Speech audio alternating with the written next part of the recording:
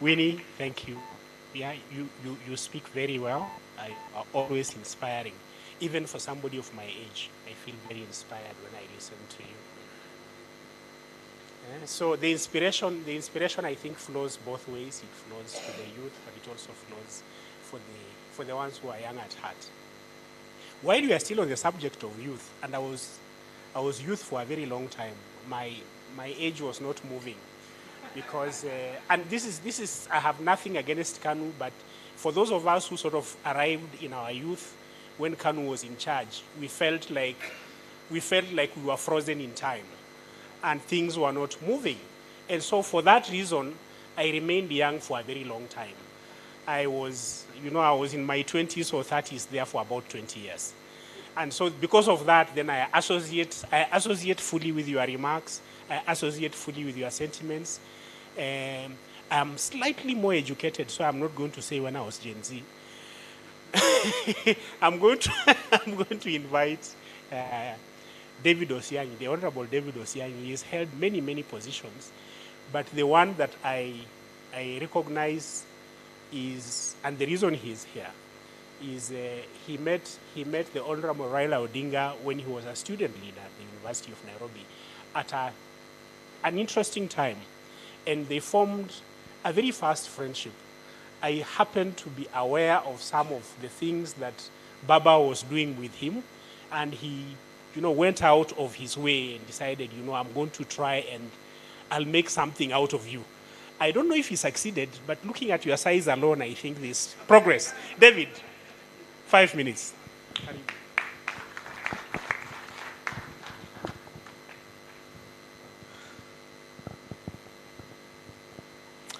Thank you very much. Ladies and gentlemen, it's hard to come after Winnie. This is my friend and my sister. But I wanted to ask the band, the guys who play, so the keyboardist and the drummist, the sound guys, I don't need them here, I'll be doing this alone. The keyboardist, the drummist to come here next to me, because at the end we will do a thing. Let me stand on the protocols already established.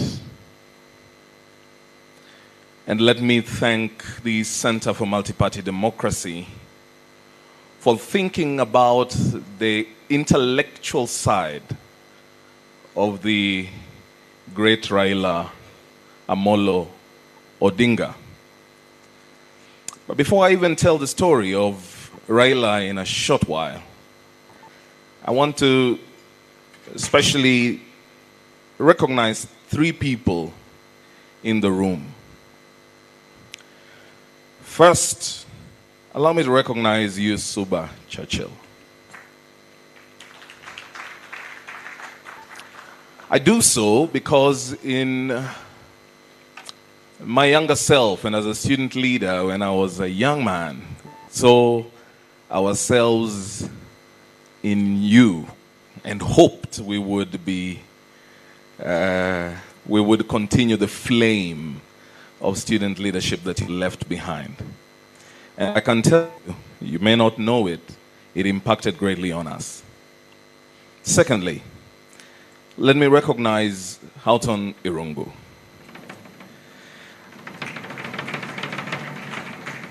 As a student leader, while attending what was known as European Development Days, I went to give a speech, and while speaking there as the chair of SONU, Houghton looked at me, called me on the side and said, David, I think with a bit of mentorship, you're going to be a fine gentleman. I hope I didn't let you down. And he gave me my first job at Oxfam as a governance associate. I later left it and said I couldn't do 8 to 5 and recommended somebody else, and thank you. Thirdly, let me recognize Winnie Kazi Odinga. I call her Kazi because she's not only my sister, she's my friend. One afternoon, seated in my office at Crestwood Marketing and Communications, where we do PR, we had been on phone chatting, and I said, pass by, and she came to visit me at Crestwood with her 2 beautiful nieces, then very young. And while there, she said, David, I think I think I feel you can add value to the conversations of governance and leadership in the country. I need your CV. And I tried to say, okay, I'll send it. She said, no, that's not how I work. I need it now. It is Winnie who would go and convince Mzee to have me appointed as Chief Administrative Secretary for the Ministry of Trade and Industry. So she was my appointing authority. And also, Odworong Wen, the legendary, who was my boss and colleague. And I don't want to talk about Professor Larry Gumbe because he's my uncle. I would look like I am doing it because he's my mother's cousin. But on to Raila Odinga. For young people in my time, we grew up looking at this larger-than-life figure. But it was until I was elected the president or chair of SONU, Student Organization of Nairobi University, that I encountered Baba. My first encounter with him was very interesting. I'd been on radio station, and we were at the time, at the very height of campaigning for our constitution. So I was chairman of SONU in 2009. Then this old man called Mzee Odoteko GM in parts of Nyanza had me on radio, rallying fellow young people, talking passionately. And he instructed Honorable Peter Odoyo, former MP for Nyakach and former Assistant Minister for Foreign Affairs, to fetch me and take me to Raila Odinga. And from that time on, I saw a man who was as passionate about mentorship as can get. Multidimensionally. Raila Odinga mentored young people by leading from the front. He created footmarks and footprints for us to all see and place our little feet in them. Not so they may fit, but much more so that we could see the pathway towards a better transformed nation. Raila Odinga led and mentored by the side. He often would urge us on. He would give opportunities to young people. He would help you execute things he expected of you, because he intended that your being around him was going to be impactful. Raila Odinga mentored by leading from the back, which is coaching. I've shown you the way. I've stood by you and shown you how it's done. He would then now let you get into the deep waters and do it on your own. And we are products of that multi-dimensional mentorship. There isn't any point in our history, as we all know in this room, because this is a room full of the men and women who have transformed this country meaningfully and sacrificially. There isn't a single turning point of our nation that does not have the inscription of the name Raila Amolo Odinga.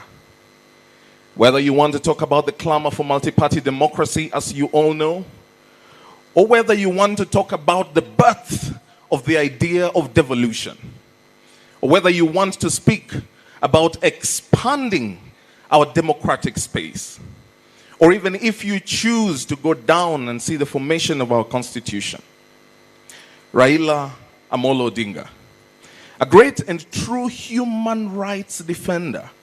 Sometimes the decisions that are not very popular that he may have made, I opine, were predicated on that very principle, that he wanted a nation where we had rights for our people, up to and including when he sided with President William Ruto on Gen Z. Qualms, I'll be done in 4 minutes.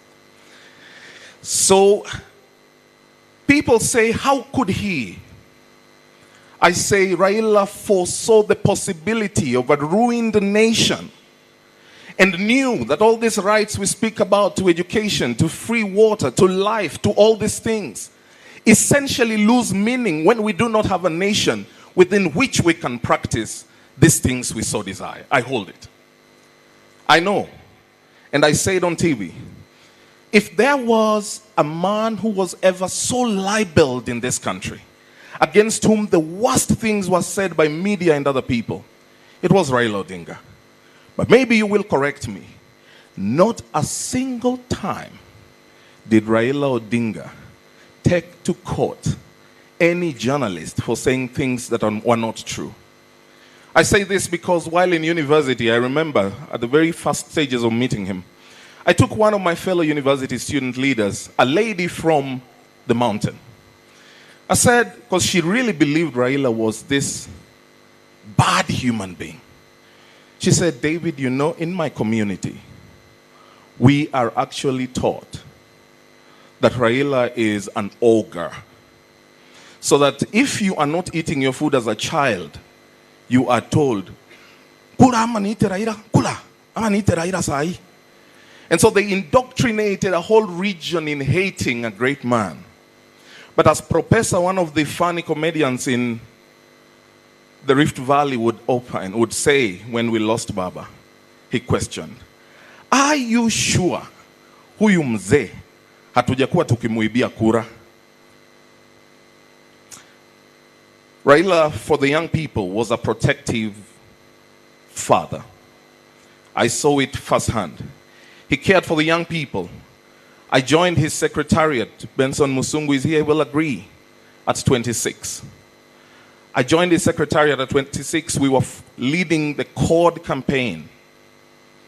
My brother and boss, Oduoro Ngwen, was there.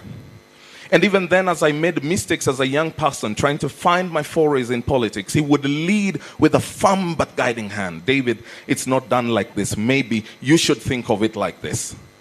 But he was also a stickler for the rule of law. You see it in his pronouncements.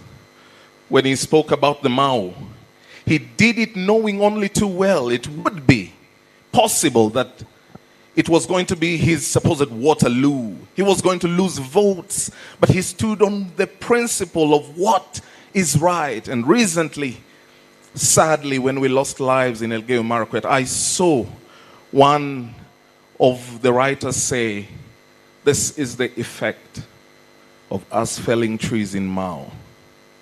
Stood on the right side.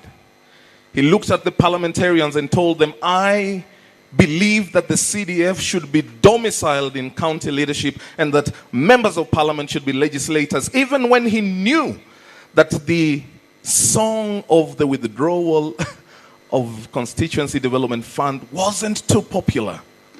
He did it because it was too right to be ignored. And it is that rule of law that makes my sister Winnie question, where is the law in the replacement of a party leader for the party? And quotes the Constitution, the rule of law.